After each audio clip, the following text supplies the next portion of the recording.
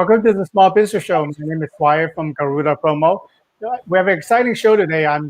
We're going all the way to India. We have Gaurav Bhagat. He's the sole licensee and certified trainer from Cardone in India. He's also the managing partner at Gaurav Bhagat Academy. He's also the managing director at Consortium Gifts, and he's also a director consultant from BNI. Good morning, JB. Hey, good morning, Swire, and namaste to everyone who's signing in from everywhere in the world, be it the States or be it from India. Early morning, good morning to everyone in the States, and of course, a late good evening to everyone here in India. It is a pleasure to be here, Swire. Thank you so much for having me on the Small Business Show. I'm looking forward to a discussion. So, GP, we met a few years ago, and then you and I are in the same promotional product gifting business. So I know now you are more full-time focusing on the sales training part of it. How did you make that transition? Yes, I remember we had met at Long Beach. Maybe it was 5 years ago, and then I came and even attended your BNI chapter meeting. I think it was at Beverly Hills at the time, and I remember coming across to that meeting as well. And so the thing is that, of course, the gifting company is still there. Consortium is right now, doing really, really well. And we have a lot of contracts, and contracts around the world as well. But I think around 3 years ago, when I went and reached out to Grant Cardone for my gifting company, I said, hey, help us, get better. And what happened within a short frame of 6 months when we started implementing, those sales techniques in our business, our top line just went double. It went 100% up within 6 months. Wow. And we're like, wow, this is just amazing, right? And then I'm like, can I take, this same material and start teaching it, to others?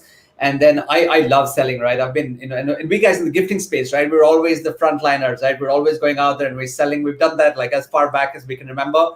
So I just went ahead and had that conversation, and Grant's like, what? I'm looking to enter India, and I'm like, what? I'm looking to change the world. And that's how the conversation really started. And this has now been 2 years in the making. And my category in BNI changed from gifting to sales training and coaching. And it's great. The impact that it's been having is fantastic. So yes, that is how the transition actually happened. So I wanted to, build the stage to, your information, because, I know that you teach people how to 10x their business, right? So with the pandemic, I'm sure that it affects, the US as far as it affects India. So can people still assume and be able to do 10x for the business?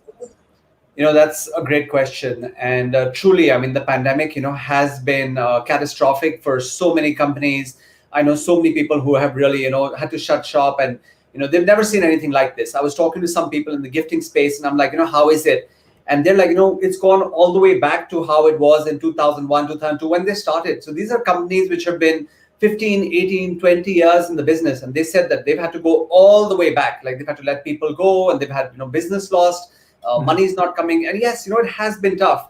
But even during this time, I've been able to take a lot of companies, online in my trainings. We've been running a host of trainings, which go from, of course, the shortest would be a 2-day session, but we've had 5-week sessions and 8-week sessions. And I think the teachings that have happened to these people, they're now come back and they're saying, we are crushing our goals, we are crushing our targets. There's such amazing things happening based on the content that you're teaching us, that it looks like everything's going to be okay. And that's just fantastic. And crazy stories, like some of these people have invested as little as $100 in the course. And they, are now sending out messages that, hey, we closed out a contract for 50,000 US or 100,000 US, which for them was unimaginable till, a few months ago. So it's really good to see how the content and the ecosystem is actually helping everyone. So that's really good to see. Are there different strategy that you are, fine tuning, your training? Because obviously what works before might not work right now. For example, I know a lot of salesperson that I know here, they like to go door to door. They like to go visit the clients' business, and then they talk to them. They showcase their business services, and then they book the service there. But right now they couldn't do that. So I actually talked to a lot of sales professionals. They're having a struggle doing virtual selling. So things are a little better right now because we're getting a Zoom online meeting, things like that. But then it's still, they told me it's still not the same as they would see, the person, the client face to face. Right. That is so true. But it's also, I believe, a mixed bag. One is, of course, yes, face-to-face meetings aren't happening as much. I mean, today, for example, was the first time that I actually went out and met a client face to face, and it's been so many months of virtual meetings. However, but on the flip side, the cool part is that because of technology and people adapting to technology, and especially in India, I think people have been very easy to adapt. So things like Zoom or Teams or Cisco WebEx, etc. So people have been very, very good in adapting. And what we've been doing at our companies, and what our clients have been doing at their companies as well, is that for them now they have a set time for prospecting. So in sales, we always say that you must continuously prospect. Like prospecting is the most important thing.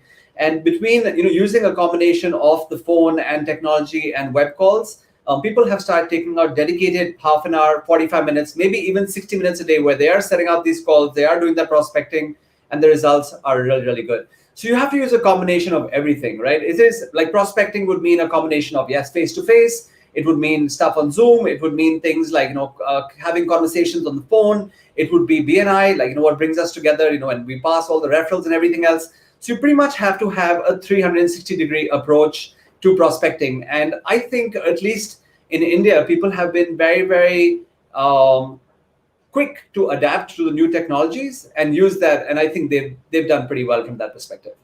Okay, so you touched on some of the technique that you're advising, your clients. So, what are some of the approach, pulling from your course that you advise a sales professional to act on right now? Right.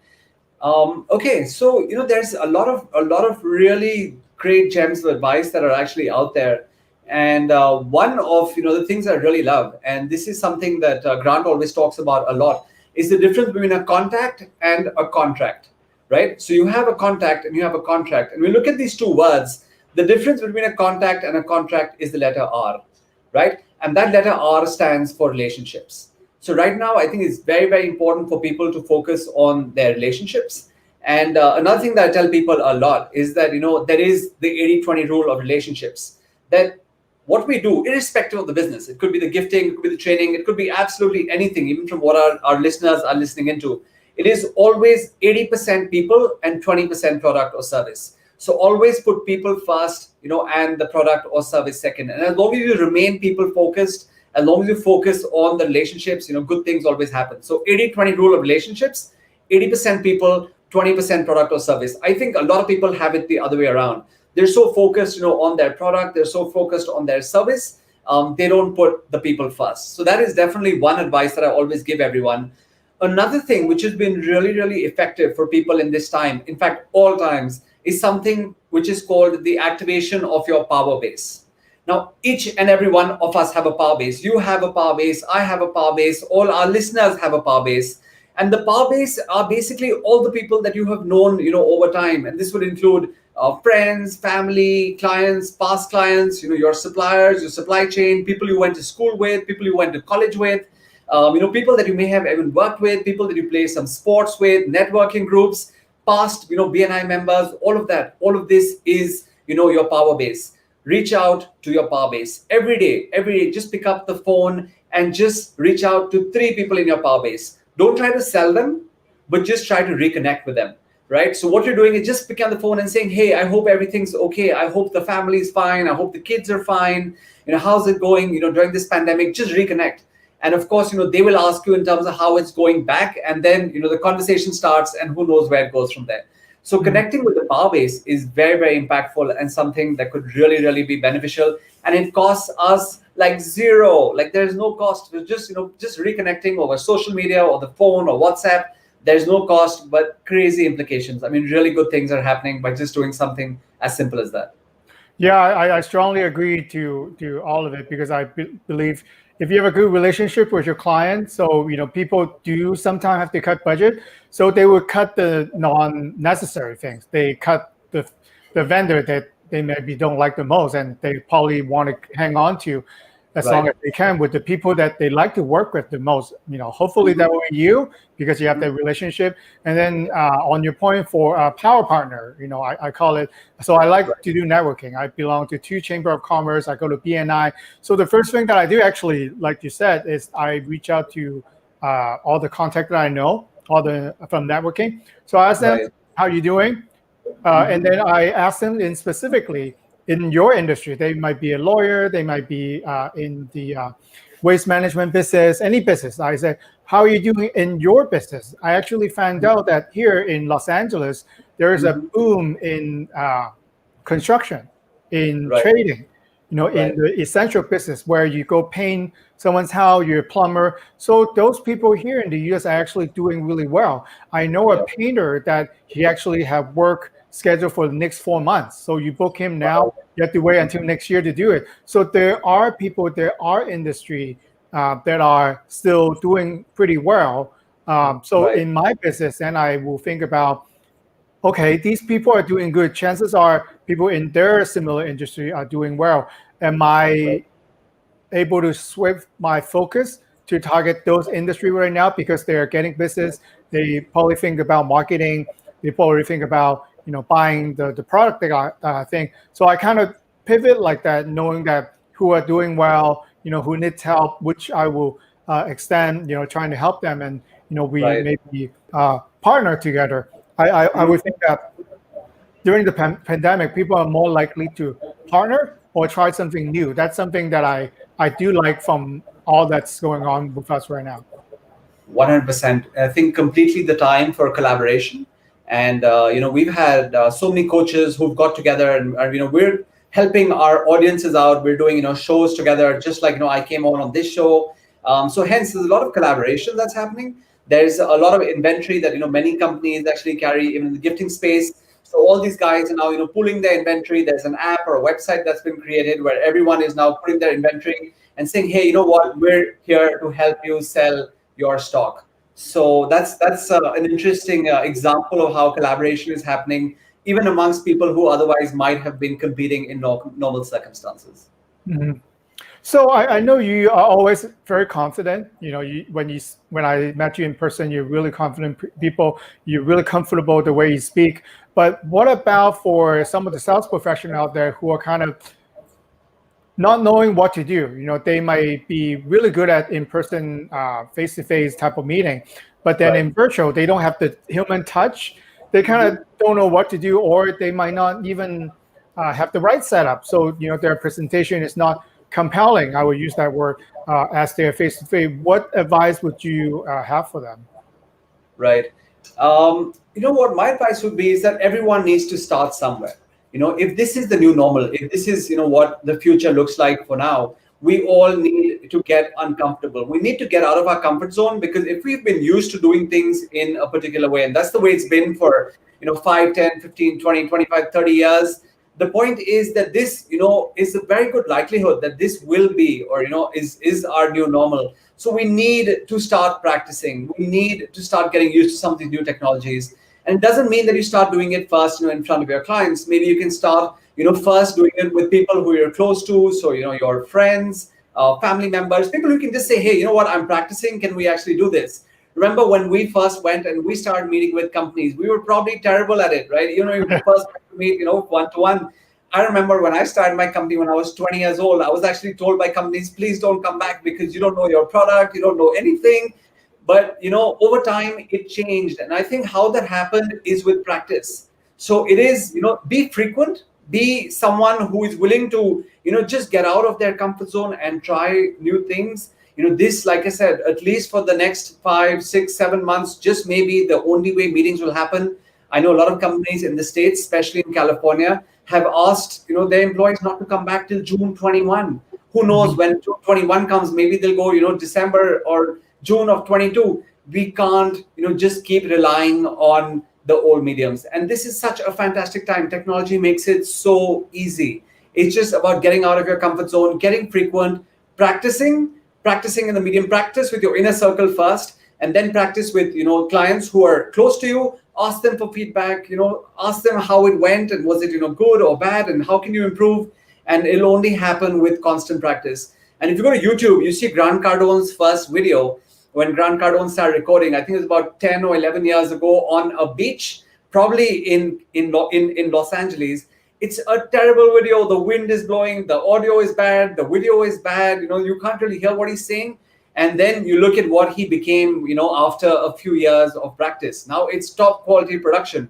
And the point is that people will have to invest in infrastructure. People will have to invest in a decent camera. I'm not even saying a very expensive camera, but these are now the tools of the trade. Normally, if you would invest in, like a good bag and a good sample kit and a good set of samples, now you need to invest in like a green screen or a decent, webcam, the software that you really require. So all of these things are places that people will have to invest, where earlier on they thought, they don't have to. So, and once you've got the right technology, you'll feel more confident as well, and everything will come together to deliver a good package.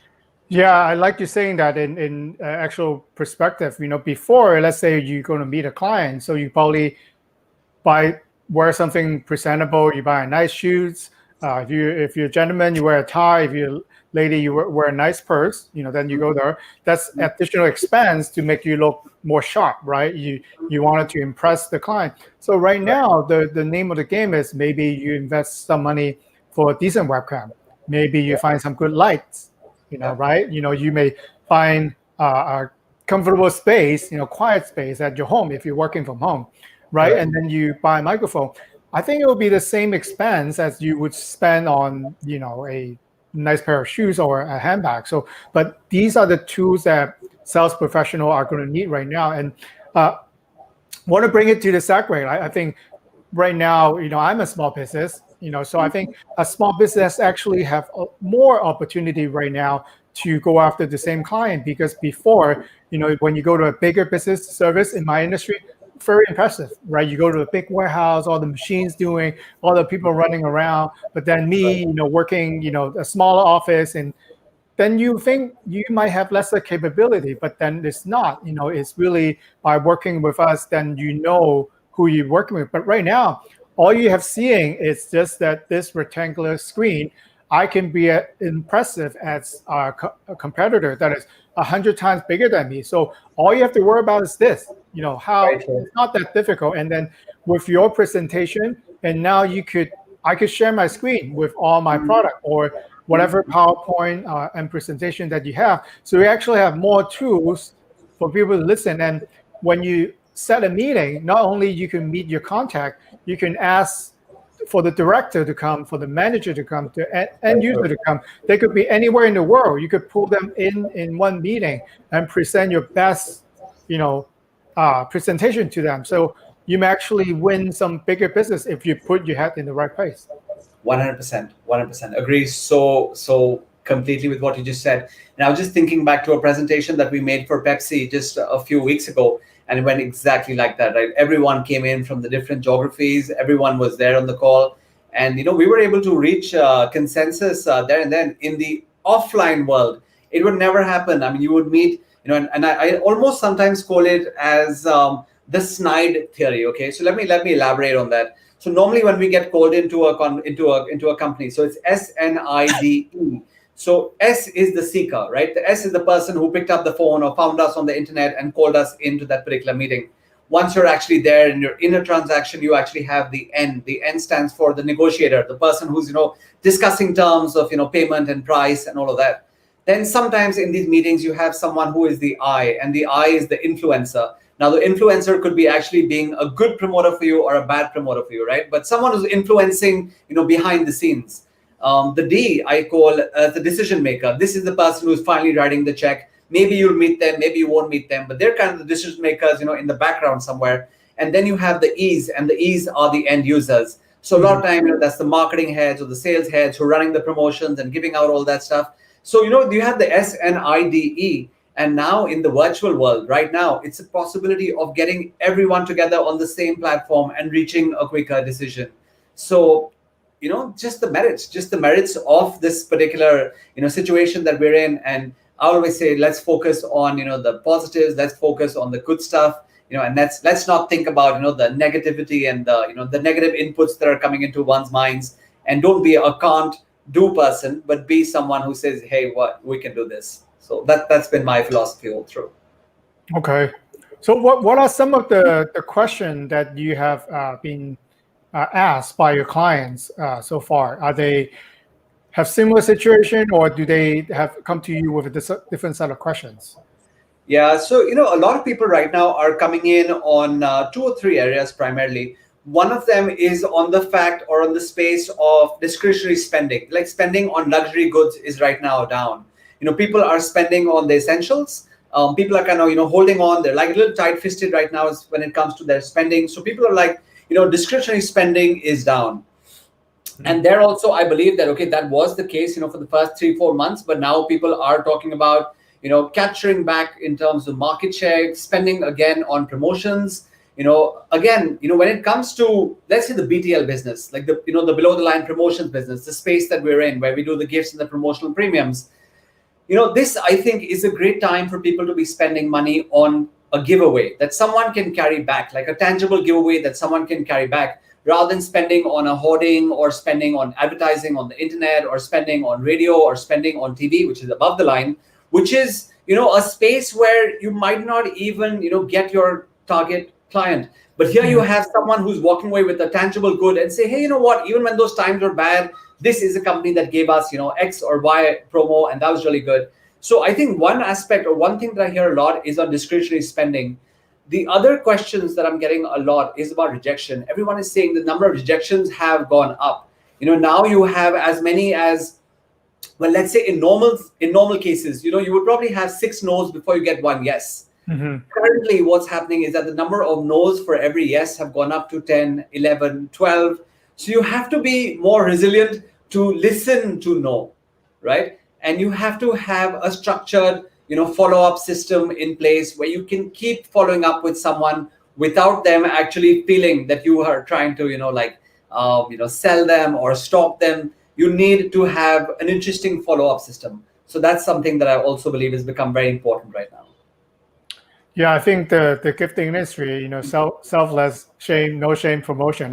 I think it works. Right now there, like you said, there's a lot of noise and there's so many ads when you go on Facebook, so many ads when I watch YouTube video. But then people here in the US are actually, a lot of them are still work from home. Yep. I love to check on mails every day. When I know the mailman came, then I'll run outside and see what I have. And chances are, if you send them a gift right now, they'll be happy to receive it because they're so bored at home sometimes. You didn't know what to do. And then what you do, if you're a good salesperson, you send them a gift first that kind of target for them, and then you follow up with a call. Then the chances of them listening, giving you more time for your presentation is a lot higher than you just call me, when I'm doing something else, and I might not have time to listen to. But if you send me something nice, and then you check in with me, then I'll probably give you more time to talk about your service. Very true, very true. And another thing I've been telling everyone, and of course Grant's been saying this for many years, that this is the time to be giving and not receiving. So be someone who gives of yourself, right? Like even by you coming on and doing this show, right, you are giving back to your community. You are sharing your knowledge, your insights, your guest insights with your clientele or with your friends and your power base. So that's great. So this is a great time to be giving. The receiving will happen, like give us gain, like we all say in BNI, the receiving will always happen in due course. This is a time to be serving, not selling. So you just go out there to give 100% value, and you just go out there to give the most of yourself, and it'll always pay off. And you will be remembered as someone who was different in a time when the whole world was in quite a mess. And your approach to things will be different, and that'll never be forgotten. Mm-hmm. Yeah, because I think I'm glad that I've been doing BNI for a few years, and then I've been attending Chamber of Commerce for like 10, 15 years. So I have the training. So when it actually shut down here, I actually have people that I can reach out to that I know that are able to give me advice, and they're going to tell me yes or no. Because if you don't have your network, if you don't have your power base, then it's kind of scary. You're by yourself. You are still trying to do your business, but then you have no one to reach out to. So, but I know from all the connection that I have, I could reach out to in different sector. I could reach out to attorneys. I can reach out to people in the trade business, sales and marketing people like yourself, and we have a good conversation. Then I'll ask you, how is it going in your industry? Like, what are you doing? Kind of like all the question I'm asking you right now. So, you pick up on different things. So maybe something work for a plumber can actually work for you, or someone work with a lawyer right now. You could really trying to stand out for your business the way that they do. So I picked up on different things. That's why, one of the reasons I do the show is I get to talk to a lot of different people, and I really ask them a lot of questions, and they share their insight with me. Lovely. Yeah, I think it's a super idea. I think it's really the need of the hour where we can, reach out to our power base. We can tap them for their knowledge, their insights, and who knows, some of these things could actually really help, the listeners and the audience out there. So that's exactly the way it should be. So yes, like great stuff, and just keep this going because I think it's a great initiative. Yeah, I think also I wanted to ask you a question. I think you're a master at finding the prospect and finding the people that you want to connect. Share a quick story. How we met. GB is you actually found me on BNI Connect. BNI Connect is a online portal for BNI member. So if you're a BNI member, you could go on BNI Connect and find information for any BNI member around the world. They're in all the major countries. So GB found me because he's coming to the BNI International Conference at Long Beach. I'm in Los Angeles. So he actually reached out to me. We're in the same business. Do you want to meet? Do you want to talk business? Things like that. I was like, yeah, why not? And then that's how we met. We clicked, and that's really great. I've never know how to use that too. So for right now, if people wanted to find prospects, obviously they're out there, and then find client or find partners that they wanted to talk with, like what tools would you suggest that they look through in order to find the client that they wanted to target? Right. Again, super question. And there's primarily, I would say 6 or 7 prospecting tools that I normally recommend. And then there are about 10 or 12 places where you can actually go out and find prospects. So let me give you both actually. So now when it comes to the tools for prospecting, the places, the things that you should be using to find them, of course, networking groups are great. So, it could be BNI, Chambers of Commerce, Rotary, so the Freemasons. So all of that is one aspect. So networking would definitely be one. Social media today is so important, right? And I know a lot of people who are saying, you know what, we're posting on LinkedIn, but we're not using Facebook. Or, we're using LinkedIn and we're not using Instagram. You need to use everything. So you need to use a combination of Facebook, LinkedIn, Instagram, Twitter, even if you have Snapchat or TikTok. I'm not sure if TikTok is still around anymore because of all the bans and everything. But the point is you need to use everything on social media. You need to put stuff out there, right? And it's very, very interesting because when I met Grant, I think it was like a year ago, and I'm like, oh, and Grant's like, tell me about your Facebook. And I'm like, you know what, Grant, Facebook is for my family. I don't post for business. He's like, JB, dude, he says, your family knows what you do. He said, you need to put even professional content out there on Facebook. Let it go out to the world. And I'm like, you're right. He's like, of course. He's like, today, even if Jesus was walking the planet Earth, even Jesus would be using Facebook, Instagram, and LinkedIn. What's stopping you, man? I'm like, yeah, he's right. So then I said, okay, you must do that. So, so your networking groups, right? Your referral groups, you have your social media. You have to use the telephone. You have to just pick up the phone and just call. So the telephone is very, very important.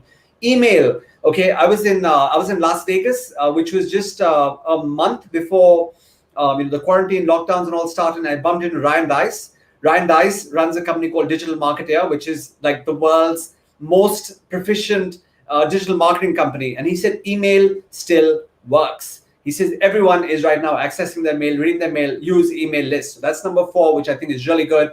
Face to face, as long as as wherever it can happen, face to face. Nothing beats iMail. So someone said this at one of my trainings once. He said iMail is always better than email. So iMail, of course, would be sitting face to face. So these are some of the areas you have to use all of them. Now, the next part of your question is, okay, where are the places? How do you get leads to and places to prospect from? So again, there's a lot of data that we all have. Many of us have our customers, which are current customers, our past customers, our unsold customers. Why not reaching out to someone who never bought from you before? Maybe someone who was buying, who didn't buy from you before. Maybe the person who was supplying them is now, no longer in business or hasn't been doing a good job to service them. Reach out to them. So your current customers, your past customers, your unsold customers. There's another concept called orphan clients. Now, this is very, very powerful as well, right? And orphan clients are clients who are being serviced by someone else in your organization. Could be like another employee or a partner or another person in the sales team. And when that person left the organization, Okay, no one was looking after that account anymore. It just forgot, it just fell through the cracks. So like, orphan children who have no parents, these are orphan clients who never called you and you never call them, and hence no one got in touch with them. So orphan clients is another good one as well. The other one I really recommend is industry data. And there's a lot of good industry data that's out there. It could come from companies like, Dun and Bradstreet, or it could come from, companies like, of course, in India, we have a lot of, these kind of places where you can buy data. So buy data, add them to your list, use that extensively. That works really well. Social media, inbound and outbound. I think that's very, very important. Your website is very, very important to have an updated website. And it's also very, very important to have a chatbot on your website. So when someone comes on, there's a chatbot and a conversation can start right away, because people are looking for information and they're looking for information really, really quickly. And chatbots are not difficult to set up. Chatbots are not expensive, so you must have chatbots. So these are just some places that, you must use these, for your prospecting, both in terms of the tools and the places. Yeah, so right now it's all about technology. Technology can really help you. You could do, with the right technology, you could be a lot bigger and a lot more efficient than you are supposed to be. Do you think we have to continue to develop our sales technique? Bad times, good times, or or just whenever we want more business? And like, what are your thoughts on continued education? Yeah. So the thing is, you have to keep learning perpetually. It can never stop, right? And as a lot of people say out there, the day you stop learning is the day you're dead. I mean, you need to continue to improve your processes all the time.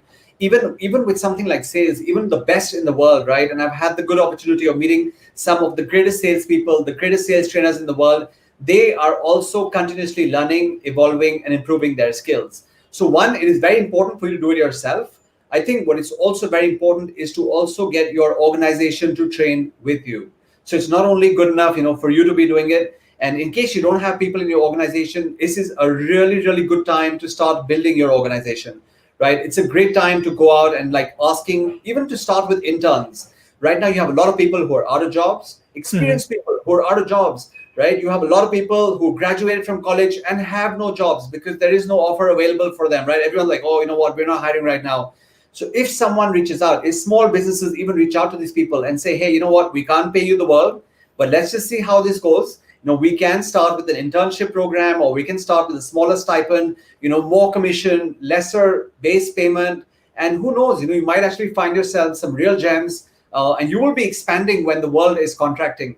We always say that right now people are, going the other way around. 95% of people right now are contracting. They're focusing on expenses. Only 5% of people right now are focusing on income, their thoughts on business expansion and blowing up their companies. You have to be a part of that 5%, because when the economy turns, and the economy always turns, right? It's going to be this 5% who's going to be way ahead of everyone else. Everyone else will be like running behind them, trying to catch up. And this 5% will be way ahead of anyone else. So this is the time to be focusing on expansion, focusing on learning, training, skilling up, improving your products, improving your services, improving yourself, building your team, and improving your team as well. So that is my thought and belief. Yeah, I think you point on one thing very correctly. If you actually the fortunate one that who are willing to spend on marketing, is actually more cost effective to do it now. If you talk to a printer probably like to give you a discount, promotional product, likely to get a better deal. And then even if you buy ad space, they're actually better cost than what they are used to be. So now it's actually a time to do it, and you have less competition. You are not competing with all the people that you're normally competing with in there if you choose to, act on it right now. So I think, yeah, you gotta, try something and like you said, step out of your comfort zone when people all bundle in together, and then you're out there, getting new prospect and, closing new sales. Very true. And, the gig economy today has come in to help. So, when you've got sites like, Fiverr and Upwork, and, so you've got all the gig economy. So these are professionals. Many of them could be in India or, South Asia or, even the Philippines and Malaysia. And you could have some really good people who could help you, create like good creatives, good ads, good content that you can actually go out there and put out there. And sometimes it might cost you like as little as $5. It's just that you need to go out and look for them. And it's truly become the time of, the gig economy and the side hustle. There's so many businessmen who are now saying, hey, you know what, this is my core work, but maybe I should be exploring something on the side as well, seeing what are my inherent strengths and see how that can perhaps help others. So they're just putting it out there. But as you rightly just said, it's about getting out of your comfort zone and doing what otherwise you wouldn't have done. So that's something that's very important. Yeah, I think find the right virtual assistant that you like to work with and you trust. It's important. For example, think about the tasks that you got to do, but then you hate doing it. So those are perfect tasks for a virtual assistant. For Right. example, I love doing the show, but then the scheduling, it always takes the most time. So Right. probably that could be done in virtual assistant, and you could be more of you. You could coach them the actual process that you Right. want to do, but then you have the virtual assistant to help you do it. Actually, the cost is minimal. I've actually looked at it, and it could increase your productivity a lot. Very, very true. In fact, one time when I asked Grant, when I met him 2 years ago, I said, Grant, tell me what was your biggest mistake ever? Like your biggest mistake ever. And this guy's now worth $400 million and, all of that. I'm like, tell me what was your biggest mistake ever? And he's like, JB, my biggest mistake ever was that for 16 years, I was a solopreneur. I did everything myself. And he said, that was my biggest mistake. He said, I created my content. I delivered my content. I went door to door to sell my content. I had to do the marketing, I had to do the accounting, I did everything myself. He like, had I not, made that mistake, he said, today I would have been up there like as one of the billionaires. But because I did everything myself, it was one of my biggest mistakes. So when I heard that, the first thing I did when I started, of course, in the gifting business, we already had a lot of employees, but even in the training business, even before I left the States to come back to India, I called up my EA and I'm like, hey, you know what, let's hire some people and let's put them in this business because they need to be doing, the marketing and the accounting and, all the drudgery, which I would never want to do. I would like them to do it. And yeah, it's worked out brilliantly. It helps me scale and focus on the things that I'm good at while they can focus on the things that they're actually good at. And it's a win-win situation for everyone, for us, for our clients, and the economy. So that's what I believe. Okay. So I know we touch on a lot of points, very good, in for all of us it's a sales profession. So any advice, any tips, how do we go from here? Like, if we foresee this is the normal for us right now as sales professional, what are some of the things that you advise to do? What are some of the things that you advise they do less of? Yeah. The first thing I would advise everyone to do right now is start, really thinking about what your goals are, right? Put down, your goals in terms of short term, medium term, long term, legacy goals. Put down your goals. And for each of those goals, start taking some actions that take you closer, towards those goals. To give you an example, we set up this online course and it's a goal setting course and it costs like nothing. It's like $6 or something like that. Just because I want people to get on this journey of, goal setting. And people who've been following that system have come back and said, oh my God, this is just fantastic. So I think very, very important to set your goals. Very, very important to start taking actions towards, achieving those goals and do it on a weekly basis. I know too many people who write their goals and their goals are almost like they're written, at the start of a year. So let's say in December, January, people write their goals. And by the 15th of January, those goals are actually forgotten. No one even knows where they went. So I think it's very important to write them and continuously review them. Like Grant writes his goals every day, even today, even though he's worth $400 million, he writes his goals every day, sometimes even twice a day, right? Wow. And I always say that as entrepreneurs, as business owners, this is a great time to set your goals, reset your goals, because the goals that you set 7 months ago are probably goals, that are not even, valid anymore. So maybe you need to relook at those goals, write them, keep them somewhere where you can see them, review them every week, and take actions that align with those goals. So that's something that is very, very important, at this point in time, 100%. Okay. What about because it's a tough question to ask, because a lot of them might be have the skills and they might be laid off, So right now, should they develop the skills? Like, what are the mindset that you help them to be, because they have the skills that they have, but then now because of the world that we lived in, there are should they still set goals, or what would you advise them to write down what they're trying to do and reach out to new opportunities? Oh, of course, they should definitely set goals. We have so many people who have lost their jobs who have come into our courses as well right now. And the fact is that there are some of these guys who are basically in a place which is very dark for them right now.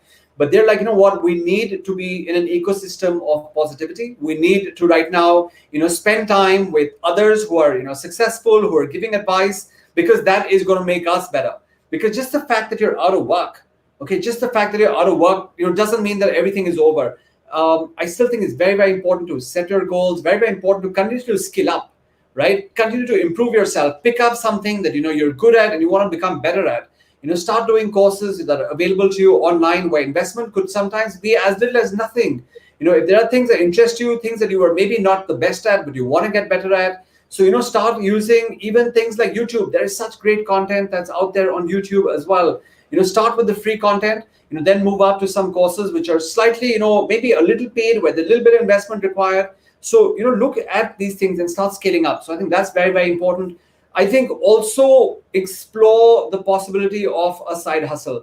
Right now, like I said, figure out things that you were good at, things that maybe you can just do on the side, which can be monetized. So even while certain work comes your way, is there some consulting that you can do, some help that you can give to others?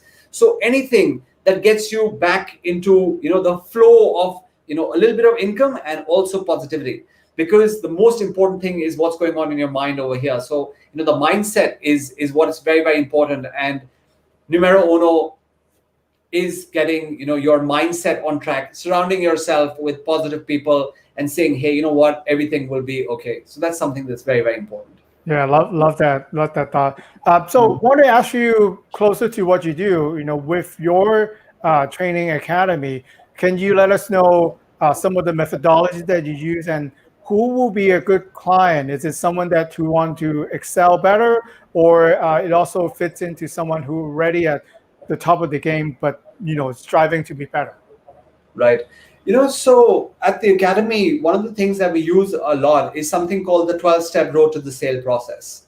Now, a lot of times, sales are made extremely complicated. People complicate sales to such a large extent that I've walked into certain organizations and I said, hey, tell me about your sales process. And they come and they, drop a pile of books that thick. And I'm like, oh my God, what is that? And they're like, that's our sales process.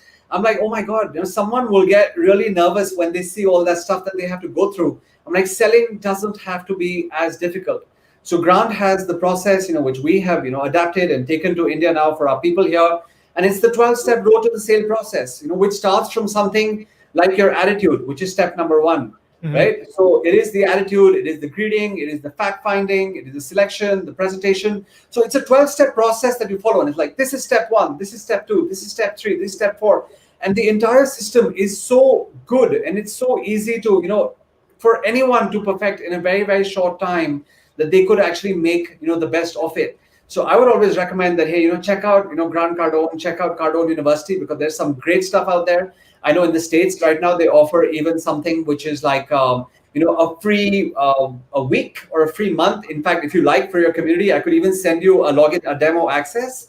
So you could actually use that for yourself, for your organization, for your community. And it'd be great. I mean, let them just go on over there for a week and just see what it's all about. So yeah, if you can send me the link, I'd love to post it on all the posts that I've done for the viewers, so they could try it out and see for themselves. Yeah, so that's very, very effective. The other aspects that are very important is to master things like negotiation, objection handling, because there are a lot of objections that you're going to be hearing right now. And again, there's a process that we have, which is the 7-step objection handling process. So one of the most important things, okay, and it's actually called the first rule of sales. Do you know what the first rule of sales is, Fire? If I could just ask you, what do you think the first rule of sales is? To ask for it? Interesting. But the first rule of sales is that you always agree with the customer. So irrespective of what the customer said, right? You agree with them first, okay, then you can put your point of view later. But suppose you say, oh, GB, you're too expensive, I can't afford you. I still say, Swire, you're right, I understand, I know where you're coming from. Many people have, felt the same way until, they found, XYZ reasoning. So you agree first, and then, you give your reasoning. So it's very, very important to agree. So even when it comes to objections, very, very important to follow a 7-step process.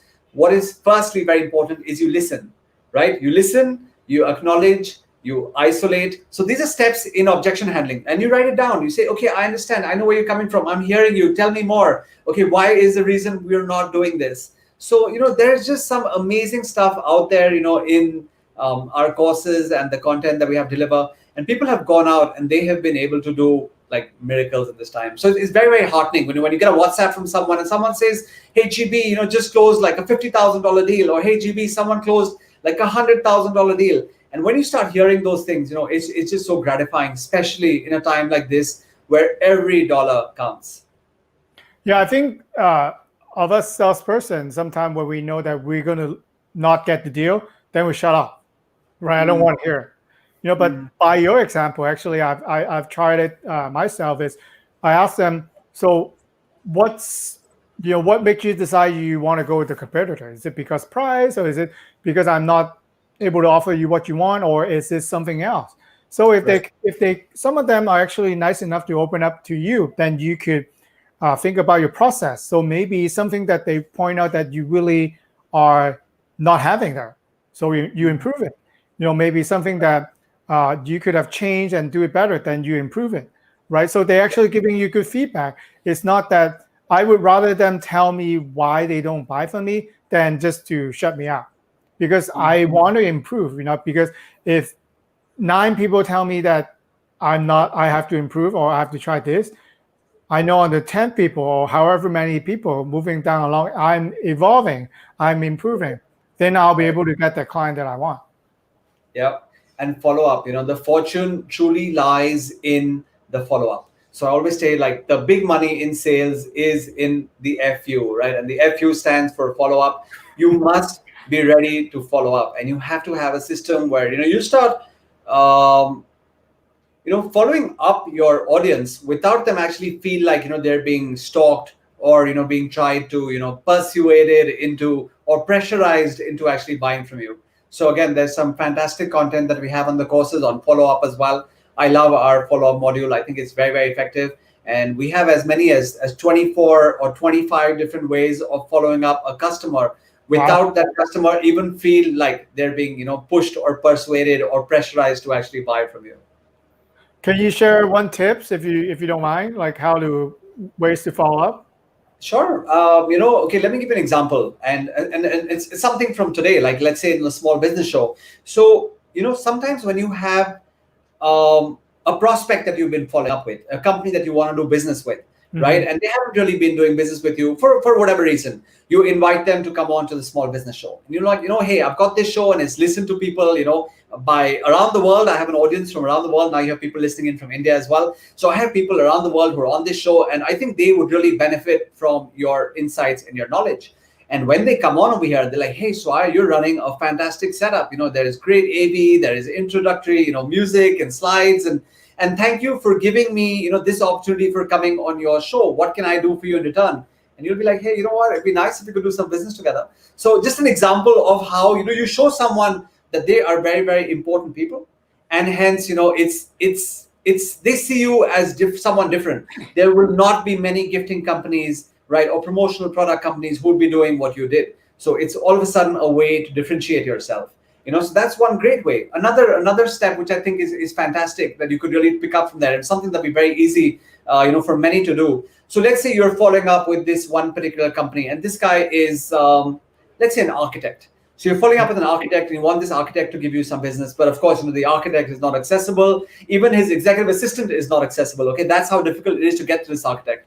So one day you do something like, you create this photo book, right? And this photo book actually has certain projects that this architect has done and things that you picked off, maybe his website, and you create, this book of certain projects that this architect has actually done. And you make a nice, hardbound, book with, his picture saying, the architect of the year and fantastic. And when you flip through that book, it's actually got pictures of his projects and everything else. And you get this nicely gift wrapped in a box, and you just go and drop it off at their office. And somewhere in the back, you have your contact details as well. You can be rest assured that this architect's going to call you back and say, hey, you know what, Swire, that's fantastic. No one's ever done anything like that before. Why don't you come across and meet with me? And while you're coming over, maybe we can do some more business, but give me another of those photo books because I love what you did. So, it's just an example of how you could be innovative in your follow-up and it's something that no one else has thought of before. So it's a very, very cool idea for following up a prospect, and you're not trying to sell them, you're just giving them something for free, and something that will be of value to them and will be remembered by them. So I think that's Yeah, something I would definitely yeah. recommend as well. Definitely in our industry is kind of easy to do. With pick a product. There are companies. I could also think about sending them a plaque to also for their achievement. If Right. you can actually, people are proud of their achievement. If you see them getting an award on, let's say, magazines, or they are high achieved individual, it's easy to find them what kind of award they will be receiving, maybe a lifetime achievement award, or from their association, from their peer. Then, like you said, your example, you send them a nice gift, you mail it to them, or send it to the office, and then you follow up with a warm call, and then with your contact information on that. Chances are you're more likely to have that conversation with that dream person that you're trying to knock on door to by sending him something first, giving the Very value. true. Very And true. I'll definitely take on your advice on inviting potential client on the small business show, because Yeah. I am always curious of how people are able to get to the level that they are. Are there particular method that they use, or a particular mindset that they have to get to where they're at. So always love to have good conversation with smart business people. Right. And always follow the 10x rule, right? So people always wonder what the 10x rule is. So you see the 10x label pin here, or the 10x that you see everywhere. Primarily what the 10x rule states is this: that if you want to get from point A to point B, whatever your goal is or whatever your vision is, a lot of people have in their mind the misconception that for getting from point A to point B, it's actually going to take only a certain amount of action, right? A certain amount of efforts, a certain amount of meetings or prospecting or selling strategy and all of that. It's only going to take me that much. But in reality, it'll actually take you 10 times the amount of effort that you thought it would take you to get to where you need to get to. So hence 10x is a mindset, 10x is a lifestyle, 10x is action taker. You have to be someone who is always taking massive actions to take you closer to the goals. It's not something that's going to happen by just taking small amounts of action. So you've got to get frequent before you get great. So that is definitely something that I would like to tell everyone. Yeah, it's like I always use the fitness analogy. You want to get fit, then you got to go work out. Then what do you do next day? You go work out again. And then if this is really what you want to do, then you make it an effort. Then you do it every day. Kind of like the sales process. If you want to be better, then you learn something, then you do it. Right. How long should I do it? You do it forever, until you get what you want, and then you keep doing it. That's how you stay in shape, and that's how you get better in sales. We're coming to almost the end of the show. Any final wisdom that you want to share to us all sales professional out there? Yeah. I would just say that always learn from people who have done better than you in your industry.